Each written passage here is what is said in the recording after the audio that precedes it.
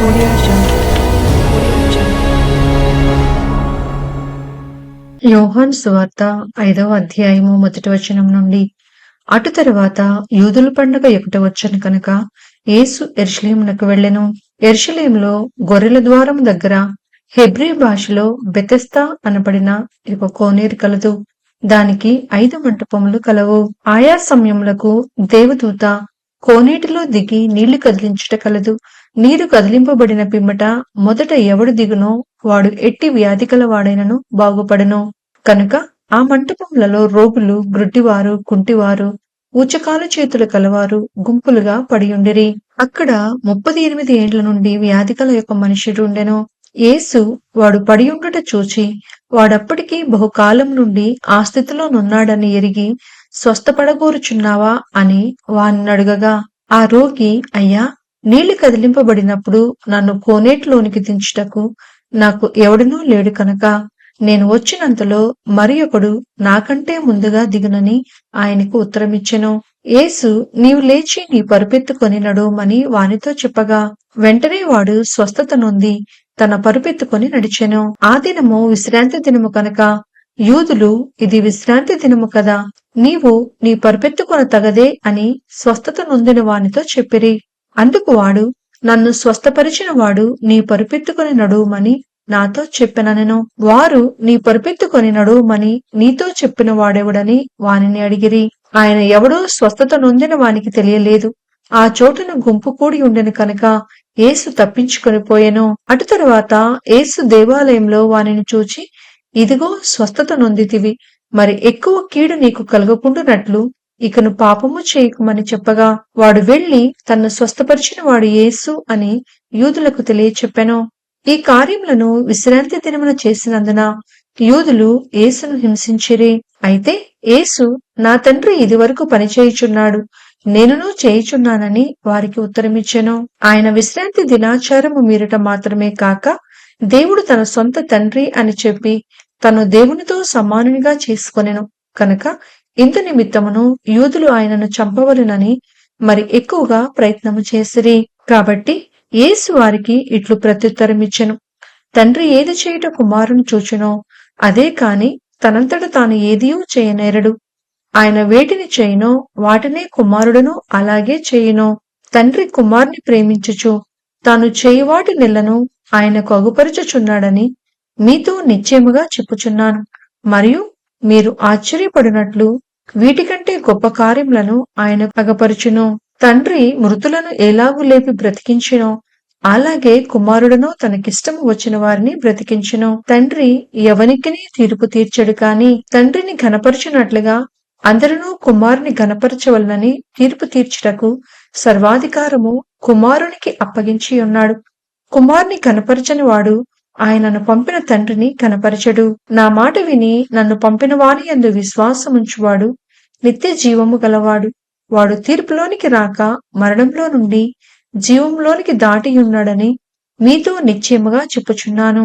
మృతులు దేవుని కుమారుని శబ్దము విను గడియ వచ్చుచున్నది, ఇప్పుడే వచ్చియున్నది. దానిని వినువారు జీవింతురని మీతో నిశ్చయముగా చెప్పుచున్నాను. తండ్రి ఎలాగూ తనంతట తానే జీవము గలవాడై ఉన్నాడో అలాగే కుమారుడును తనంతట తానే జీవము గలవాడై ఉండుటకు కుమారునికి అధికారము అనుగ్రహించెను. మరియు ఆయన మనిషి కుమారుడు కనుక తీర్పు తీర్చుటకు తండ్రి అధికారము అనుగ్రహించెను. దీనికి ఆశ్చర్యపడకుడి, ఒక కాలము వచ్చుచున్నది, ఆ కాలమున సమాధులలో నున్న వారందరూ ఆయన శబ్దము విని మేలు చేసిన వారు జీవ పునరుద్ధానమునకును, కీడు చేసిన వారు తీర్పు పునరుద్ధానమునకును బయటికి వచ్చెదరు. నా అంతట నేనే ఏమియో చేయలేను, నేను వినున్నట్లుగా తీర్పు తీర్చుచున్నాను. నన్ను పంపిన వాని చిత్త ప్రకారమే చేయగోరుదును, కాని నా ఇష్ట ప్రకారము చేయగోరను. కనుక నా తీర్పు న్యాయమైనది. నన్ను గూర్చి నేను సాక్ష్యము చెప్పుకొనిన ఎడల నా సాక్ష్యము సత్యము కాదు. నన్ను గూర్చి సాక్ష్యమిచ్చు వేరొకడు కలడు, ఆయన నన్ను గూర్చి ఇచ్చు సాక్ష్యము సత్యమని ఎరుగుదును. మీరు యోహాను నొద్దకు కొందరిని పంపితిరి, అతడు సత్యమునకు సాక్ష్యమిచ్చెను. నేను మనుషుల వలన సాక్ష్యం అంగీకరింపను కాని మీరు రక్షింపబడవలనని ఈ మాటలు చెప్పుచున్నాను. అతడు మండుచూ ప్రకాశించుచున్న దీపమై ఉండెను. మీరతని వెలుగులో ఉండి కొంతకాలము ఆనందించుటకు ఇష్టపడితిరి. అయితే యోహాను సాక్ష్యం కంటే నాకెక్కువైన సాక్ష్యం కలదు. అదేమనినా, నేను నెరవేర్చుటకై తండ్రి ఏ క్రియలను నాకిచ్చి ఉన్నాడో నేను చేయుచున్న ఆ క్రియలే తండ్రి నన్ను పంపియున్నాడని నన్ను గూర్చి సాక్ష్యమిచ్చుచున్నవి. మరియు నన్ను పంపిన తండ్రియే నన్ను గూర్చి సాక్ష్యమిచ్చుచున్నాడు. మీరు ఏ కాలమందైనను ఆయన స్వరము వినలేదు, ఆయన స్వరూపము చూడలేదు. ఆయన ఎవరిని పంపెనో ఆయనను మీరు నమ్మలేదు కనుక మీలో ఆయన వాక్యము నిలిచి ఉండలేదు. లేఖనముల యందు మీకు నిత్య జీవము కలదని తలంచుచు వాటిని పరిశోధించుచున్నారు. అవే నన్ను గూర్చి సాక్ష్యమిచ్చుచున్నవి. అయితే మీకు జీవము కలుగునట్లు మీరు నా యొద్దకు రానుల్లరు. నేను మనుషుల వలన మహిమ పొందు వాడను కాను. నేను మిమ్మును ఎరుగుదును. దేవుని ప్రేమ మీలో లేదు. నేను నా తండ్రి నామమున వచ్చియున్నాను, మీరు నన్ను అంగీకరింపరు. మరి ఒకడు తన నామమున వచ్చిన ఎడల వానిని అంగీకరింతురు. అద్వితీయ దేవుని వలన వచ్చు మెప్పును కోరక యొకని వలన ఒకడు మెప్పు పొందుచున్న మీరు ఎలాగు నమ్మగలరు? నేను తండ్రి యొద్ద మీ మీద నేరము మోపుతునని తలంచుకుడి. మీరాశ్రయించుచున్న మోషే మీ మీద నేరము మోపును. అతడు నన్ను గూర్చి వ్రాసెను కనుక మీరు మోషేను నమ్మినట్టయినా నన్నును నమ్ముదురు. మీరతని లేఖనములను నమ్మని ఎడల నా మాటలు ఎలాగు నమ్ముదురనెను. యోహాను సువార్త 6వ అధ్యాయము 1వ వచనం నుండి. అటు తరువాత యేసు తిబిరియా సముద్రము అనగా గలిలియా సముద్రము దాటి అద్దరికి వెళ్ళెను. రోగుల ఎడల ఆయన చేసిన సూచక క్రియలను చూచి బహుజనులు ఆయనను వెంబడించిరి. యేసు కొండ ఎక్కి అక్కడ తన శిష్యులతో కూడా కూర్చుండెను. అప్పుడు పస్కా అను యూదుల పండగ సమీపించెను. కాబట్టి యేసు కన్నులెత్తి బహుజనులు తన యొద్దకు వచ్చుట చూచి, వీరు భుజించుటకు ఎక్కడి నుండి రొట్టెలు కొని తెప్పింతుమని ఫిలిప్పునడిగెను.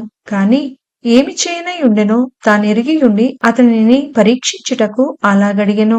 అందుకు ఫిలిప్పు, వారిలో ప్రతివాడును కొంచెము కొంచెము పుచ్చుకొనుటకైనను 200 దేనారముల రొట్టెలు చాలవని ఆయనతో చెప్పెను. ఆయన శిష్యులలో ఒకడు అనగా సీమోను పేతురు సహోదరుడైన అంద్రేయ, ఇక్కడ ఉన్న ఒక చిన్నవాని యొద్ద 5 యవల రొట్టెలు 2 చిన్న చేపలు ఉన్నవి, కాని ఇంతమందికి ఇవి ఏమాత్రమని ఆయనతో అనగా, యేసు జనులను కూర్చుండబెట్టుడని చెప్పెను. ఆ చోటు చాలా పచ్చికయుండెను కనుక లెక్కకు ఇంచుమించు 5,000 మంది పురుషులు కూర్చుండిరి. యేసు ఆ రొట్టెలు పట్టుకొని కృతజ్ఞతాస్తుతులు చెల్లించి కూర్చున్న వారికి వడ్డించెను. అలాగున చేపలు కూడా వారికిష్టమైనంత మట్టుకు వడ్డించెను. వారు తృప్తిగా తినిన తరువాత ఏమీయూ నష్టపడకుండా మిగిలిన ముక్కలు పోగు చేయడని తన శిష్యులతో చెప్పెను. కాబట్టి వారు భుజించిన తరువాత వారి యొద్ద మిగిలిన 5 యవల రొట్టెల ముక్కలు పోగు చేసి 12 గంపలు నింపిరి. ఆ మనుష్యులు యేసు చేసిన సూచక క్రియను చూచి, నిజముగా ఈ లోకమునకు రాబోవు ప్రవక్త ఈయనే అని చెప్పుకొనిరి. రాజుగా చేయుటకు వారు వచ్చి తన్ను బలవంతముగా పట్టుకొనబోచున్నారని యేసు ఎరిగి మరలా కొండకు ఒంటరిగా వెళ్ళెను. సాయంకాలమైనప్పుడు ఆయన శిష్యులు సముద్రము నొద్దకు వెళ్లి దోణి ఎక్కి సముద్రపు టద్దరినున్న కపెర్నహూమునకు పోవుచుండిరి. అంతలో చీకటాయను కాని యేసు వారి యొద్దకు ఇంకనూ రాలేదు. అప్పుడు పెద్ద గాలి విసరగా సముద్రము పొంగుచుండెను. వారు ఇంచుమించు 2 కోస్ల దూరము దోణిను నడిపించిన తరువాత యేసు సముద్రము మీద నడుచుచు తమ దోణి దగ్గరికి వచ్చుట చూచి భయపడిరి. అయితే ఆయన నేనే, భయపడకుడని వారితో చెప్పెను. కనుక ఆయనను దోణి మీద ఎక్కించుకొనుటకు వారిష్టపడిరి. వెంటనే ఆ దోణి వారు వెళ్ళుచున్న ప్రదేశమునకు చేరెను. మరునాడు సముద్రపు టద్దరిని నిలిచియున్న జన సమూహము వచ్చి చూడగా ఒక చిన్న దోణి తప్ప అక్కడ మరి ఒకటి లేదనియు, యేసు తన శిష్యులతో కూడా దోణి ఎక్కలేదు కాని ఆయన శిష్యులు మాత్రమే వెళ్ళిరనియు తెలుసుకొనిరి. అయితే ప్రభువు కృతజ్ఞతాస్తుతులు చెల్లించినప్పుడు వారు రొట్టె భుజించిన చోటునకు దగ్గరనున్న తిబిరియా నుండి వేరే చిన్న దోణులు వచ్చెను. కాబట్టి యేసును ఆయన శిష్యులను అక్కడ లేకపోవుట జనసమూహము చూచినప్పుడు వారా చిన్న దోణిలెక్కి యేసును వెతుకుచు కపెర్నహూమునకు వచ్చిరి. సముద్రపు టద్దరిని ఆయనను కనుకొని, బోధకుడా, నీవెప్పుడు ఇక్కడికి వచ్చితివని అడుగగా, యేసు, మీరు సూచనలను చూచుట వలన కాదు గాని రొట్టెలు భుజించి తృప్తి పొందుట వలననే నన్ను వెతుకుచున్నారని మీతో నిశ్చయముగా చెప్పుచున్నాను. క్షయమైన ఆహారము కొరకు కష్టపడకుడి కాని నిత్య జీవము కలుగు చేయు అక్షయమైన ఆహారము కొరకే కష్టపడుడి. మనుష్య కుమారుడు దానిని మీకిచ్చును. ఇందుకై తండ్రి అయిన దేవుడు ఆయనకు ముద్ర వేసి ఉన్నాడని చెప్పెను. వారు, మేము దేవుని క్రియలు జరిగించుటకు ఏమి చేయవలనని ఆయనను అడగగా, యేసు, ఆయన పంపిన వాని యందు మీరు విశ్వాసం ఉంచుటయే దేవుని క్రియ అని వారితో చెప్పెను. వారు, అట్లయితే మేము చూచి నిన్ను విశ్వసించుటకు నీవు ఏ సూచక క్రియ చేయుచున్నావు, ఏమి జరిగించుచున్నావు? భుజించుటకు పరలోకం నుండి ఆయన ఆహారము వారికి అనుగ్రహించెను అని వ్రాయబడినట్టు మన పితరులు అరణ్యంలో మన్నాను భుజించిరని ఆయనతో చెప్పిరి. కాబట్టి యేసు, పరలోకం నుండి వచ్చు ఆహారము మోషే మీకియ్యలేదు, నా తండ్రియే పరలోకం నుండి వచ్చు నిజమైన ఆహారము మీకు అనుగ్రహించుచున్నాడు. పరలోకం నుండి దిగివచ్చి లోకమునకు జీవమునిచ్చినది దేవుడు అనుగ్రహించు ఆహారమై ఉన్నదని మీతో నిశ్చయముగా చెప్పుచున్నానని వారితో చెప్పెను. కావున వారు, ప్రభువా, ఈ ఆహారం ఎల్లప్పుడూ మాకు అనుగ్రహించుమనిరి. అందుకు యేసు వారితో ఇట్లనెను, జీవాహారము నేనే. నా యొద్దకు వచ్చువాడు ఏ మాత్రమును ఆకలిగొనడు. నా యందు విశ్వాసముంచువాడు ఎప్పుడునూ తప్పిగొనడు. మీరు నన్ను చూచియుండియు విశ్వసింపకయున్నారని మీతో చెప్పితిని. తండ్రి నాకు అనుగ్రహించు వారందరూ నా యొద్దకు వత్తురు. నా యొద్దకు వచ్చు వానిని నేనెంత మాత్రమునో బయటికి త్రోసివేయను. నా ఇష్టమును నెరవేర్చుకొనుటకు నేను రాలేదు, నన్ను పంపిన వాని చిత్తము నెరవేర్చుటకే పరలోకము నుండి దిగి వచ్చి తిని. ఆయన నాకు అనుగ్రహించిన దాని అంతటిలో నేనేమియూ పోగొట్టుకొనక అంత్యదినమున దాని లేపుటయే నన్ను పంపిన వాని చిత్తమై ఉన్నది. కుమారుని చూచి ఆయనందు విశ్వాసముంచు ప్రతివాడును నిత్య జీవము పొందుటయే నా తండ్రి చిత్తము. అంత్యదినమున నేను వానిని లేపుదును. కాబట్టి నేను పరలోకము నుండి దిగి వచ్చిన ఆహారమని ఆయన చెప్పినందున యూదులు ఆయనను గూర్చి సణుగుకొనుచు, ఈయన యోసేపు కుమారుడైన యేసు కాడా? ఈయన తల్లిదండ్రులను మనం ఎరుగుదుము కదా, నేను పరలోకం నుండి దిగివచ్చి ఉన్నానని ఈయన ఏలాగు చెప్పుచున్నాడనిరి. అందుకు యేసు, మీలో మీరు సణుగుకొనకుడి. నన్ను పంపిన తండ్రి వానిని ఆకర్షించితేనే కాని ఎవడనూ నా ఎద్దుకు రాలేడు. అంత్యదినమున నేను వానిని లేపుదును. వారందరూ దేవుని చేత బోధింపబడుదురు అని ప్రవక్తల లేఖనములలో వ్రాయబడి ఉన్నది కనుక తండ్రి వలన విని నేర్చుకొనిన ప్రతివాడును నా ఎద్దుకు వచ్చును. దేవుని యొద్ద నుండి వచ్చినవాడు తప్ప మరి ఎవడునూ తండ్రిని చూచి ఉండలేదు. ఈయనే తండ్రిని చూచి ఉన్నవాడు. విశ్వసించువాడే నిత్య జీవము కలవాడు. జీవాహారము నేనే. మీ పితరులు అరణ్యంలో మన్నాను తినినను చనిపోయిరి. దీనిని తినువాడు చావకుండునట్లు పరలోకం నుండి దిగివచ్చిన ఆహారమిదే. పరలోకం నుండి దిగివచ్చిన జీవాహారమును నేనే. ఎవడైనను ఈ ఆహారము భుజించితే వాడెల్లప్పుడూ జీవించును. మరియు నేనిచ్చు ఆహారము లోకమునకు జీవము కొరకైన నా శరీరమే అని మీతో నిశ్చయముగా చెప్పుచున్నానెను. యూదులు ఈయన తన శరీరమును ఏలాగు తిననీయగలడని ఒకనితో ఒకడు వాదించిరి. కావున యేసు ఇట్లనెను, మీరు మనుష్య కుమారుని శరీరము తిని ఆయన రక్తము త్రాగితేనే కాని మీలో మీరు జీవము గలవారు కారు. నా శరీరము తిని నా రక్తము త్రాగువాడే నిత్య జీవము కలవాడు. అంత్యదినమున నేను వానిని లేపుదును. నా శరీరము నిజమైన ఆహారమును, నా రక్తము నిజమైన పానమునై ఉన్నది. నా శరీరము తిని నా రక్తము త్రాగువాడు నా యందును నేను వాని యందును నిలిచియుందుము. జీవము గల తండ్రి నన్ను పంపెను కనుక నేను తండ్రి మూలముగా జీవించుచున్నట్టే నన్ను తినువాడును నా మూలముగా జీవించును. ఇదే పరలోకం నుండి దిగొచ్చిన ఆహారము. పితరులు మన్నాను తినియు చనిపోయినట్టు గాదు.